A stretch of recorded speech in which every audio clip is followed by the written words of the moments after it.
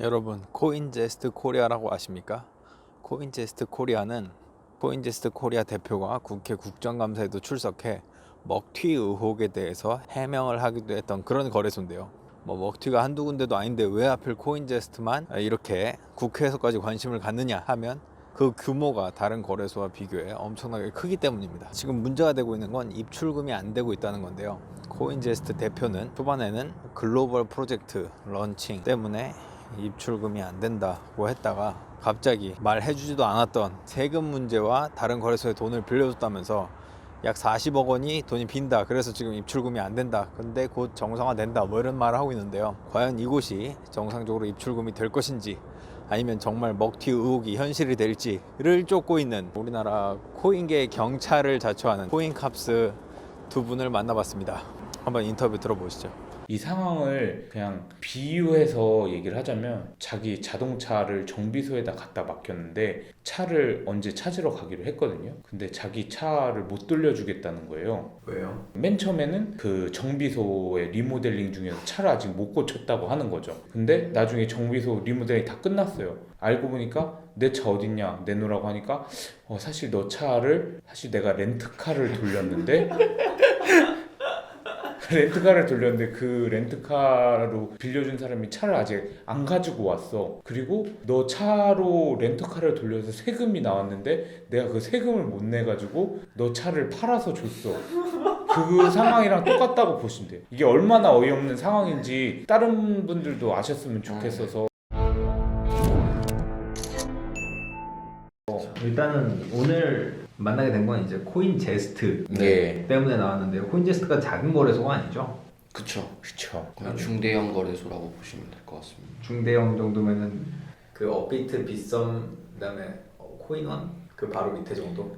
코인원보다도 훨씬 거래량은 많았었고 한때는 그 업빗이나 빗썸의 거래량까지 넘볼 정도로 좀 흥행했던 거래소였죠. 이 코인제스트의 문제가 뭔지 설명해 주세요. 그러면 왜 코인캅스는 코인제스트에 관심을 갖게 되는지. 저희가 기존에 다뤘던 문제의 대부분들이 고객이 자기의 투자금을 예치한 후에 거래 활동을 하고 있는 거래소가 그 고객의 예치금을 출금해주지 않는 문제에 대해서 많이 다뤘었거든요. 근데 이번 코인제스트 사건도 벌써 지난 8월부터 약 3, 4개월 동안 유저에게 출금을 해주지 않는 문제가 가장 크리티컬하다고 볼 수 있고요. 그거에 대해서 이제 제보해 주시는 분들이 워낙 많고 피해 금액도 좀 역대급으로 커질 것 같아서 좀 관심을 가지고 지켜보고 있었습니다. 코인제스트는 특이한 게 국감에서도 다뤄졌어요. 코인제스트라는 기업 자체가 한국 블록체인 협회에 소속되어 있는 거래소였어요. 그러니까 그 정도로 이제 큰 거래소였죠. 근데 그 협회랑 이제 뭐 정부 기관들이랑 암호화폐나 블록체인 업계에 대한 법을 만든다거나 아니면은 뭐 정보통신 보안 쪽으로 뭔가 협력을 한다거나 하는 그런 거래소였거든요. 그래서 국감에 출석도 하게 된 걸로 알고 있고. 보통 이렇게 코인제스트 같은 경우도 지금 원화 출금이 안 되면서 문제가 생겼잖아요. 예. 보통 이런 거래소들이 원화 출금이 안 될 때는 핑계를 댑니다. 예. 뭐 여러 가지 핑계가 나오죠. 코인제스트의 핑계는 뭐였나요? 맨 처음에는 자기네 자체적으로 거래소를 좀 한 단계 발전시키기 위해서 뭐 글로벌 거래소를 만들겠다, 그거를 개발하는 동안 출금이 조금 지연이 될 것이다 라는 걸로 핑계를 대왔었고요.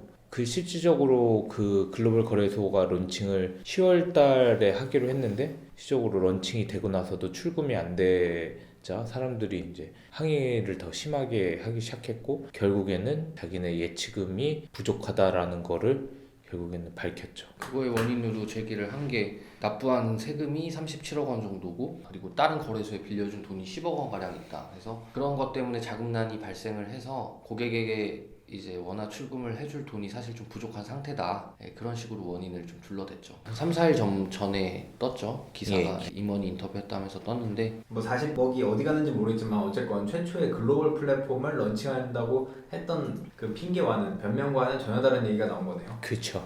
말씀하신 대로 글로벌 플랫폼 개발 때문에 원화 출금을 해주지 못한다. 근데 이제 일단 전혀 다른 얘기가 나온 상황인 거죠. 이제 인터뷰를 통해서 밝힌 거는 갑자기 세금 얘기가 나오고 뭐 다른 거래소에 빌려줬다는 얘기가 나오고 그래서 자금난이 생겨서 출금을 못 해준다는 얘기가 갑자기 튀어나온 거니까 유저들 입장에서는 이제 가만히 있다가 뒤통수 맞은 느낌일 수밖에 없는 거죠. 원래 이제 예치금이라는 거는 실질적으로 고객이 거래를 하기 위해서 잠시 맡겨놓은 돈이잖아요. 근데 그 돈을 가지고서 다른 거래소에다가 빌려줬다든지 아니면은 그 돈으로 세금을 납부를 했다든지 하는 행위 자체가 전혀 말이 되지 않는 행위고요. 최근에 나온 변명도 크게 설득력이 없다. 예, 맞습니다. 설득력이 없을 뿐더러 범법 행위를 한 거를 그냥 실적으로 자기 입으로 저희는 밝혔다고 보고 있거든요. 예치금을 가지고서 또 다른 사업 활동을 했다거나 뭐 은행이어가지고 그 대출을 해주고 이자 수익 가지고 운영을 하면서 고객들한테 이자를 주거나 그런 게 아니라 전혀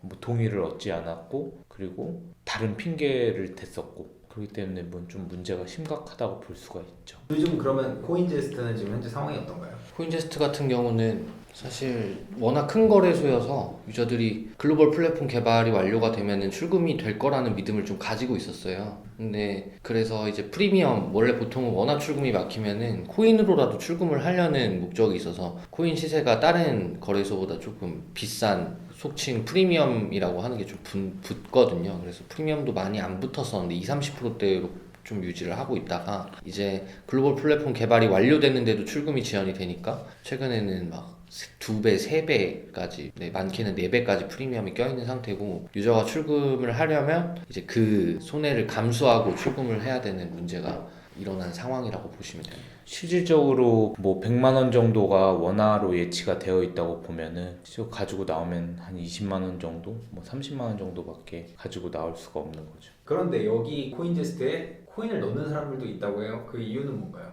그 지금 프리미엄이라는 거래소의 특수한 상황을 이용해서 어떻게든 돈을 벌어보려고 하는 행위죠. 그러니까 실질적으로 보따리라고 속칭 보따리라고 얘기를 많이 하는데 자기가 100만 원을 가지고 있다고 하면은 100만 원치 코인을 사서 코인제스트에 넣으면은 그 100만 원치가 한 300만 원의 원화 가치가 될 수가 있는 거죠. 만약에 원화 출금이 풀리기만 한다면. 그쵸. 근데 그거를 기대하고 넣지만 저희가 다른 거래소 사례들로 봤을 때 그거를 돌려받을 수 있는 가능성은 굉장히 낮지 않나 라는 생각이 들고 굉장히 조금 위험한 행동이라고 보여지죠. 코인제스트의 설명대로 원화 출금만 풀리면은 3배 그 자리에서 먹는 건데 사실 그 가능성이 그렇게 높지 않을 수 있다. 그쵸. 여태까지 사례로만 봤을 때도 그렇고 어떤 사례가 있나요? 취재하셨던 트래빗 사례가 있고요. 기획파산이었잖아요. 결국에는 그렇게 큰 규모를 자랑하던 뭐 사무실 갔을 때는 거의 뭐 공항 검색대를 통과를 해야 되는 것처럼 막 엄청 규모 있게 운영을 했던 거래소가 하루아침에 무너지고 파산을 해버리고 거기에 코인을 들고 있던 사람들은 이제 뭐 건져 나오지도 못하는 사태가 발생을 했듯이 근데 그런 사태가 굉장히 많았거든요. 여태까지 그런 사태가 되풀이가 될 수 있기 때문에 절대 거기에 보따리를 하는 건 권하지 않는다. 그렇죠. 예. 오히려 말리고 있죠. 절대로 하면 안 되는 행동이다라고 말리고 있습니다. 그런데 최근에 코인제스트 사무실에도 내방을 하셨어요. 우리 코인값이. 예. 근데 사무실에 아무도 없었다고요. 예, 일단은 저희가 갔을 때는 저희가 총 한 3번 정도 방문을 했는데 한 번은 이제 문제가 없다. 근데 인터뷰나 이런 건 해줄 수 없어서 뭐 미안하지만 좀 돌아가 주셨으면 좋겠다라는 얘기를 들었고. 안녕하세요. 합약서 오늘 저희는 지금 여기 코인제스트에 와 있습니다. 이거 어때요? 상관없죠. 어차피 안 해주는. 아까 한 2시간 전부터 왔고요. 네, 점심시간이라서 막 좀 사람들이 뭐 점심을 먹으러 가고 막 그랬었는데 저희가 마주친 뭐 직원분? 네, 여기 내부 직원들은 마주친 분들은 한 3분 정도 되시고요. 네, 3분 정도 계셨고 좀 빈자리는 되게 많았어요. 그 뭐 오전에 사람이 없다고 막 퍼드가 막 돌았었잖아요. 근데 빈자리 되게 많았어요. 네, 빈자리는 지금도 많아요. 네, 뭐 근데 여기 뭐 보이는 자리니까 보여드리면은 뭐 빈자리 많아요. 뭐 방송 뭐 인터뷰나 이런 거를 좀 요청을 드렸었는데 뭐 얘기 좀 나누자고 좀 받아들여지지 않아서 오늘은 뭐 외부와의 뭐 일절 접촉 안 한다고 협조해달라고 하셔가지고 뭐 개발 때문에 그렇다고 하셔가지고 예, 못 만났습니다. 두 번째는 뭐 직원들은 있었고 굉장히 이제 보이는 분위기가 확 줄어들었었죠. 두 번째 방문했을 때까지만 해도 그래도 사람이 있긴 있구나라는 생각이 들었는데, 세 번째 얼마 전에 방문을 했을 때는 아무도 없었고 쪽으로 나온 공지는 뭐 전체 다 직원들이 뭐 휴가를 갖고 사람들이 너무 찾아와서 자택근무라든지 다른 데서 근무를 하고 있다라는 핑계를 댔었죠. 근데 저희가 이해가 안 가는 거는 그 정도 되는 규모의 거래소가 다 모든 직원이 휴가를 가고 연차를 한꺼번에 동시에 소진을 하고 필요한 업무는 뭐 자택에서 근무를 하고 다른 데서 업무를 본다는 것 자체가 좀 이해하기 힘든 부분이 있었죠. 그 사무실이 화려하다면서요? 화려하죠. 여의도에 예. 있는 꽤 굉장히 큰 빌딩의 한 층을 거의 다 쓴다고 보면 될 것 같아요. 그 호화로운 사무실 놔두고 어디서 근무하는 거예요 도대체? 그래서 핑계라고 보여지는 거기도 그쵸. 하고, 사실 거래소라는 게 암호화폐 거래소는 24시간 운영이 되는 서비스거든요. 그래서 꼭 상주해야 되는 인원들이 있고 꼭 운영되어야 되는 인력들이 있는데, 이제 저희가 그러니까 코인제스트 사무실에 가면은 내부가 전체 볼 수 있게 되어 있지는 않아요. 근데 볼 수 있는 투명 유리문이라고 해야 되나요? 그 공간을 통해서 봤을 때 이제 불이 꺼져 있고 아무도 없었고, 그리고 두 번째는 이제 거기 관리하시는 직원, 그러니까 청소하시는 분께서 이제 증언을 해주셨을 때 안에 아무도 없다, 개미 새끼 한 마리 보이지 않는다, 뭐 이런 식으로 얘기를 해주셔서 안 건데, 그런 거죠. 교대 근무라도 하던가, 뭐 실질적인 인원이 꼭 필요한 인원이 있긴 하거든요. 서버가 돌아가야 되는 업무기 때문에 그런 인력조차 없다는 게 이해가 되지 않는 거죠. 누가 모니터링은 하고 있겠죠. 근데 다만 지금은 뭐 거래소가에서 거래가 잘 되고 이런 문제가 아니기 때문에 더 다른 큰 문제들이 산재되어 있는 상황에서는 전혀 뭐 거래소 운영은 중요하지 않은 상황이 돼버렸죠. 최근에 흥미로운 글들이 몇 차례 올라온 적이 있었어요. 이 이슈가 대두되기 전부터 올라왔었던 일이고, 그거에 대해서 정식으로 막 기사까지 써가면서 해명했던 글이기도 한데, 흔히 내부 고발이라고 하는, 뭐 내부 직원이었던 사람이다 하면서 올라왔던 분의 얘기로는 뭐 코인제스트 내부에 지금 자금이 3천만 원 정도밖에 남지 않았고 이미 다 횡령한 상태고 이미 뭐 뱅크런 할 준비가 다 되어 있는 상태다. 그러니까 코인제스트에 투자를 하고 계신 분들은 빠르게 사태 파악을 했으면 좋겠다라는 글이 올라왔었거든요. 근데 이제 그거를 반박하다가 공식적으로 반박만 하고 투자자들한테 이거 아니다, 이거 좀 악의적인 그냥 허위사실이다라고만 대응을 하다가, 사실 이쯤 되니까 그 글이 정말 좀 신빙성이 있는 것 같다라고 이제 와서 투자자들이 다시 이해를 하고 있는 와중이죠. 언제 올린 글인데요? 그 글이 몇 차례 올라왔었어요. 예. 수개월 전에 한 번 올라왔었고, 그리고 최근에도 한 번 올라왔었고. 실적으로 그 글 쓴 사람이 진짜 내부 직원인지 아닌지는 알기가 좀 힘들지만 어쨌든 정황상으로 봤을 때나 아니면 말을 하는 내용들이 그래도 꽤나 좀 구체적인 부분들이 있어서 사람들이 이건 어느 정도 신뢰할 만하다라고 판단을 하고 있는 거죠. 글대로라면은 망하겠네요. 그쵸. 그래서 지금 뭐 내놓은 거는 코제 입장도 그렇고, 그리고 코인제스트의 주주라고 하는 회사들이 몇 군데 있기 때문에 그쪽에서 뭔가 수혈을 하기를 좀 기대를 하는 사람들도 있고, 실적으로 뭐 주주들이 어느 정도 이렇게 뭐 출자를 하거나 외부 투자를 받겠다라는 얘기를 공식적으로 인터뷰에서도 했거든요. 근데 그거는 뭐 되면은 진짜 가장 베스트하고, 저희도 투자자분들이 빨리 예치금을 찾기를 바라기 때문에 그렇게 바라는 사람이긴 하지만, 그럴 가능성이 얼마나 있을까에 대해서는 조금 부정적인 경향이 있죠. 왜냐면은 다른 데에서도 다 그렇게 얘기를 했고, 한꺼번에 이제 몰리게 되면은 뭐 뱅크런은 이미 뭐 사실화됐고 출금을 해준다고 해도 뭐 정상화 된다고 해도 잘 운영이 될 수가 없기 때문에, 한번 운명이 이렇게 씌워지면은 누가 거기다 믿고 투자를 다시 하겠습니까? 그거는 거기에 거래소를 이용하려는 유저도 마찬가지고 투자자도 똑같을 거라고 보여져요. 이미 그런 거래소에 왜 다시 투자를 하겠어요? 안 그래도 거래소가 망하는 거래소가 많은데 한번 신용을 잃은 거래소에 굳이 다시 넣을 그쵸. 필요가 없다. 그리고 투자를 한다고 해도 투자한 돈이 뭐 발전을 위해서 쓰이는 게 아니라 말 그대로 출금을 해서 출금으로 다 빠져나가야 되는 돈이잖아요. 문제가 있죠. 실적으로 가장 좋은 거는 그러면 책임을 있는 주주들이 일단은 출자를 더 해서 당연히 출금을 해줘야 되는 건데, 그 주주들이 어느 정도 책임감을 가질지에 대해서도 좀 의문이 드는 부분이 있죠. 이 코인제스트는 흔히 말하는 한국의 채굴형 거래소의 원조라고 하셨어요. 예. 그 채굴형 거래소가 뭔지 좀 설명해 주세요.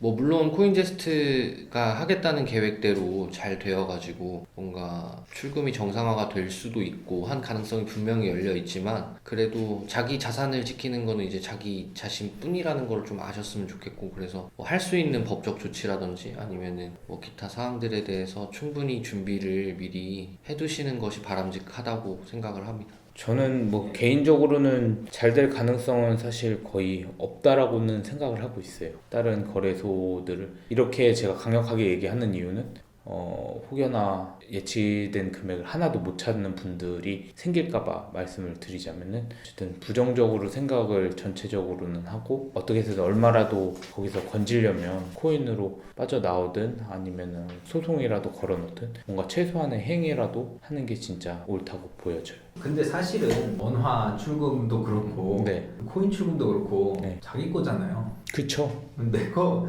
못 빼게 지금 몇 달째 이러고 있는 겁니다. 그쵸. 제 거를 찾겠다는 건데 안 주는 거예요. 최근 발표로는 언제 이게 재개된다고 하나요? 그 시점도 네. 뭔가 명확하게 네. 공지를 한 바는 없어요. 네. 네, 그냥 세금 문제나 아까 거론되었던 세금 문제나 뭐 거래소 채무 문제가 다 해결되는 데는 뭐 내년 3월, 4월까지도 얘기를 하는데 그 전에 뭐 뭔가 뭐 주주의 추가 출자나 뭐 임원진들 수혈 뭐 이런 방법들을 통해서 최대한 빠른 시일 내에 출금이 정상화될 수 있도록 하겠다 뭐 이런 형태의 입장만 내놓고 이 컨텐츠는 사실 코인을 하시지 않는 분들도 많이 보시는 컨텐츠로 알고 있거든요. 그러니까 실질적으로 제가 이 상황을 그냥 비유해서 얘기를 하자면 자기 자동차를 정비소에다 갖다 맡겼는데 차를 언제 찾으러 가기로 했거든요. 근데 자기 차를 못 돌려주겠다는 거예요. 왜요? 맨 처음에는 그 정비소의 리모델링 중에서 차를 아직 못 고쳤다고 하는 거죠. 근데 나중에 정비소 리모델링 다 끝났어요. 알고 보니까 내 차 어딨냐 내놓으라고 하니까 사실 너 차를 사실 내가 렌트카를 돌렸는데 그 렌트카로 빌려준 사람이 차를 아직 안 가지고 왔어. 그리고 너 차로 렌트카를 돌려서 세금이 나왔는데 내가 그 세금을 못 내가지고 너 차를 팔아서 줬어.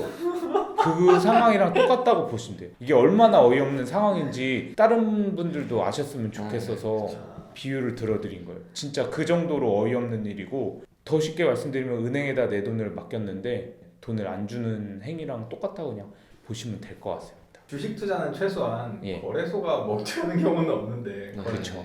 이 코인은 거래소 먹튀가 너무 많은 것 같아요. 그렇기 때문에 가장 그 국가적으로 제도적인 좀 뭔가 보완이라든지 법적인 조치가 필요한 거는 너무나 당연한 사실이고요.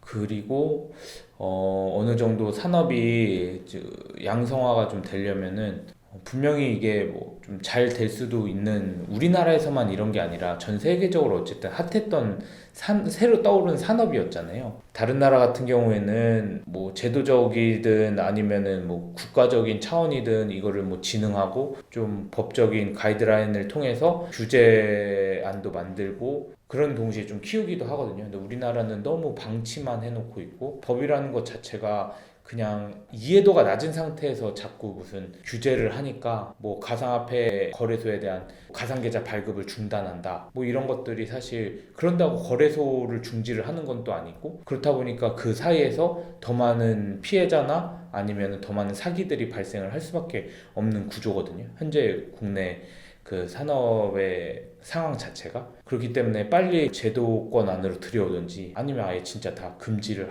하든지 둘 중 하나가 되어야 된다고 저는 보여집니다. 그냥 전부 거래소 다 폐쇄시키든지. 그렇죠. 아니면 가이드라인을 정확하게 만들든지. 근데 아무도 관심이 없다는 게 가장 큰 문제죠. 근데 한 가지 좀 저는 그 먹튀 하시려는 분들도 혹시나 볼 수가 있으니까 좀 경고를 드리고 싶으시면은 저희가 그래도 꽤 많은 한 1년이 넘는 1년 반 동안 수많은 사기꾼들을 취재하고 쫓아가고 했지만 결코 끝이 달콤했던 분들은 제가 못 본 것 같아요.